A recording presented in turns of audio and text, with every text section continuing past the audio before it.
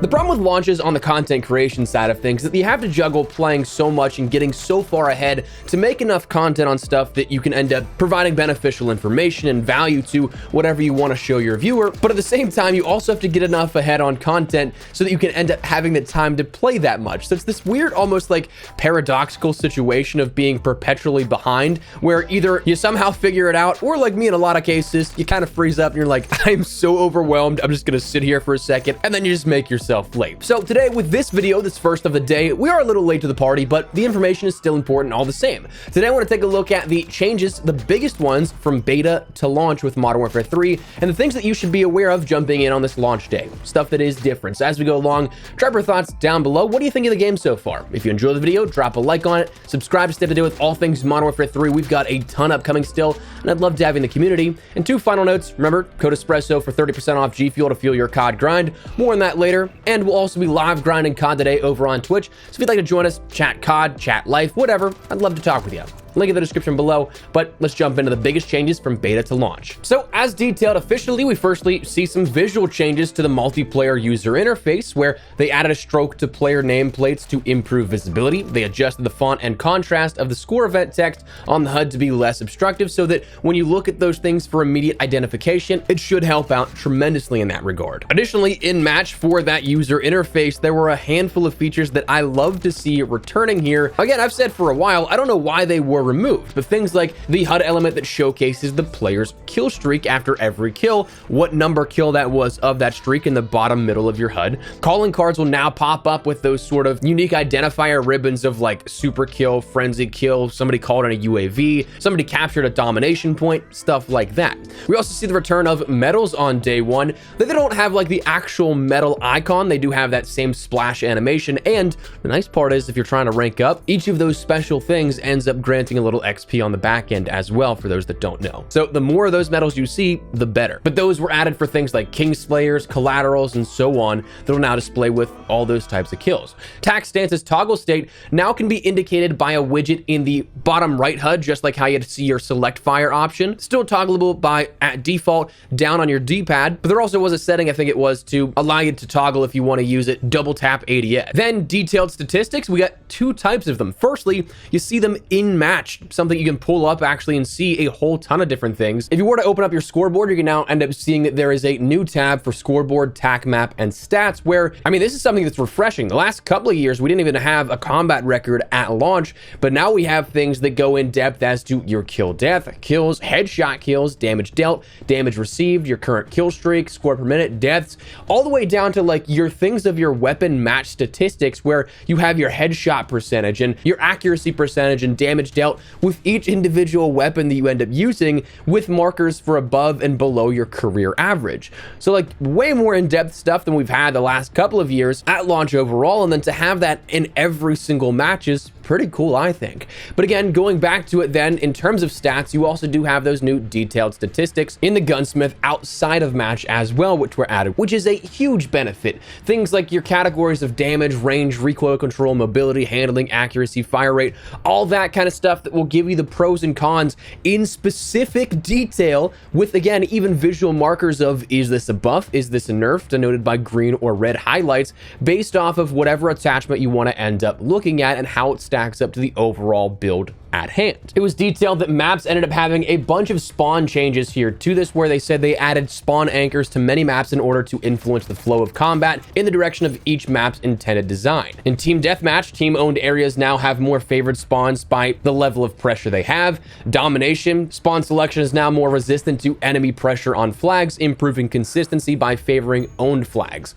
Now, of course, there are still a handful of different issues. Some maps have already been removed from rotation. The biggest one that I saw was Quarry and Hardpoint because of those spawns. So there's still a bunch of work that is being done to make this a better experience for the player overall, but we did see that there were a handful of different spawn updates that in theory seem to be playing better now after like 12 hours of playtime as compared to where they were in the beta. In relation to gameplay changes overall, the footstep volume was adjusted to further distinguish enemy and friendly players, which definitely was nice. I do think that there may still be a bit to go here, but it's better than the beta, where I wasn't getting jump scared by immediate footsteps behind me whenever a teammate spawned there. So that's definitely a positive. Again, they added that option to double tap the aim down sight button to activate tack stance. For movement, they ended up adjusting the slide cancel animation, where sprinting will now cancel that slide animation, effectively cutting down on that sprint out delay when slide canceling that we had in the beta. And there was a decrease to the aim down sight time penalty while jumping by 20%. One of the biggest things that I absolutely love about what we have now from launch compared to the beta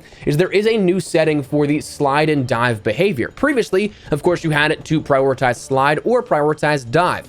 But at the same time, we talked about how that is something that caused some issues, where fundamentally it was almost inevitable that you'd have this slight delay in regards to that slide animation or dive animation, because you had two functions bound to the same button. So, and the way the game differentiated that was the amount of time held on that button. So if you had, say, a tap to slide and you tried to slide cancel, the game would still have to try and recognize that millisecond more just to know that you didn't hold it in. So the action would be started upon button release, not input. So again, very, very minuscule changes, but it was something you may have actually felt. With this new setting now, you can end up sliding only or diving only. It unbinds the other action from that button, so then the action is registered on input rather than release. So big change for sure there. The next thing they detailed in these patch notes was weapon tuning and attachments, and it brings me so much joy that I don't have to monotonously list off everything for you here now and give sort of additional context, because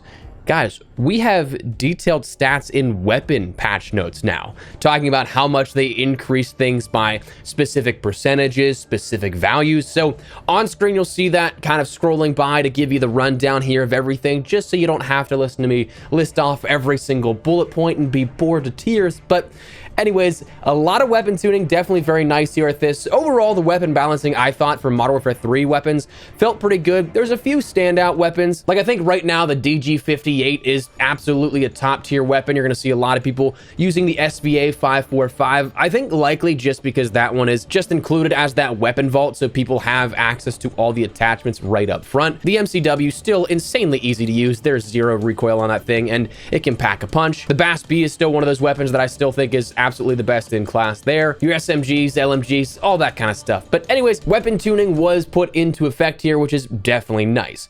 Beyond that, we saw some changes to things like perks. The Demolition Vest will now only restock Battle Rage only one time. So that was something that from the reveal of Battle Rage at the multiplayer reveal in COD Next, that thing was absolutely by and far the only tactical you'd want to use, to where we are now, where it's not really all that useful at this point. I think I'd take a couple of other things over top of that.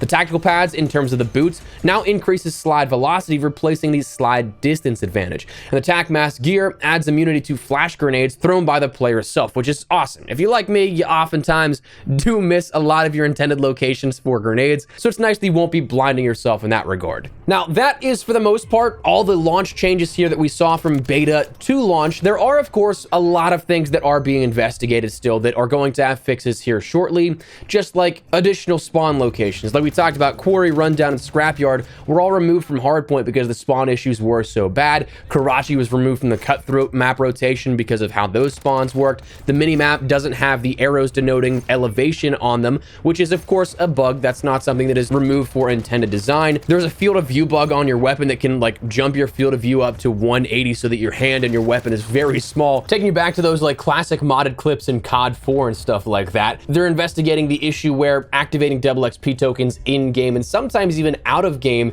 it'll get stuck on that UI of activating token. It doesn't show you if it is something that is active or not until you restart your application. So obviously that kind of stuff is being taken care of and looked at, but for where we are right now, that is everything that we had change in terms of big present updates for Modern Warfare 3 from beta to launch. So let me know your thoughts down below. What do you guys think of these changes here? I think that for the most part, a lot of this stuff is actually really good. Obviously, there are a few curveballs that I'm not a huge fan of. I'm not a huge fan of the armory unlocks and how you unlock weapons, perks, attachments, kill streaks, and stuff like that.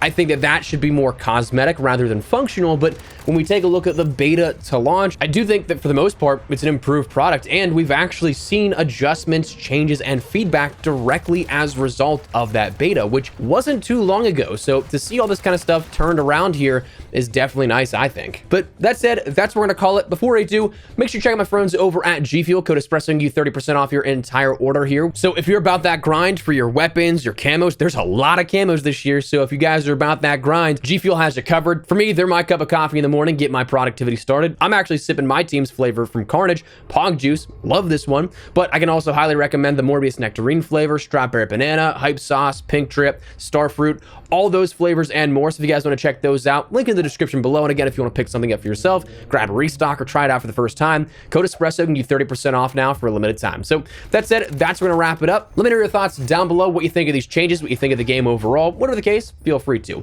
If you enjoyed the video, you found it at all insightful, do me a favor and drop a like on it. And if you're new to the channel, make sure you subscribe so you don't miss a single thing regarding all things Modern Warfare 3, as we now no longer gear up for the launch of, but are in the launch festivities here. We have so much stuff you won't want to miss. So love to have you in the community, but for now, thanks so much for watching. My name is Espresso. I'll see you later. Take care and peace.